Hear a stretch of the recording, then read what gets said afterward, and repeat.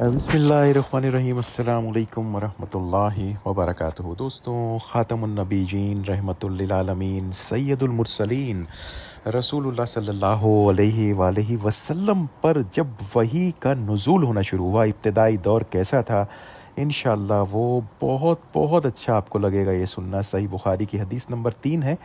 इसके हम 2 या 3 पार्ट बनाते हैं। आइए पहला पार्ट सुनते हैं। ख़ातमुन नबीयीन रहमतुल लिल आलमीन सैयदुल मुरसलीन रसूलुल्लाह सल्लल्लाहु अलैहि वसल्लम पर जब वही की इब्तिदा हुई तो आपको सच्चे ख्वाब आना शुरू हुए। आप जो ख्वाब देखते सुबह को वो ख्वाब सच्चा साबित हो जाता, और आप सल्लल्लाहु अलैहि वसल्लम कुछ तन्हाई पसंद हो गए। गारे हिरा में आपने खलवत नशीनी इख्तियार फरमाई। कई कई दिन आप वहाँ रहते और वहाँ आप अल्लाह की इबादत करते, ज़िक्र करते। हज़रत साथ में खाना भी लेके चले जाया करते थे, और आपकी ज़ौजा हज़रत ख़दीजा रज़ी अल्लाह ताला अन्हा आपके पास तशरीफ़ लाती, और वो भी कुछ खाना लेकर आ जाती थी।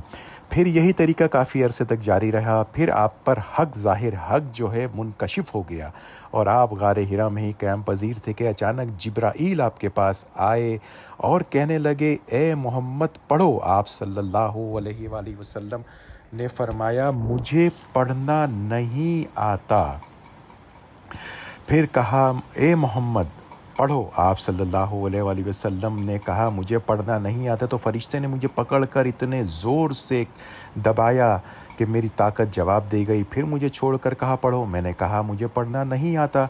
तो इस फरिश्ते ने मुझको नहायत ही ज़ोर से दबाया, मुझको सख्त तकलीफ़ महसूस हुई। फिर इसने कहा कि पढ़ो। मैंने कहा, मैं पढ़ नहीं सकता। फरिश्ते ने तीसरी बार मुझको पकड़ा और बहुत ज़ोर से मुझको दबाया, कहने लगा, पढ़ो अपने रब के नाम की मदद से, जिसने पैदा किया इंसान को एक खून के फुटकी से। पढ़ो, और आपका रब बहुत ही मेहरबान है, मेहरबानियाँ करने वाला है। बस यही आयतें आप जिब्राईल अलैहिस्सलाम से सुनकर इस हाल में गारे हिरा से वापस आए कि आपका दिल इस अनोखे वाक़े से काँप रहा था। आप खदीजा के पास तशरीफ़ लाए, फरमाया, मुझे कंबल उड़ा दो, मुझे कंबल उड़ा दो।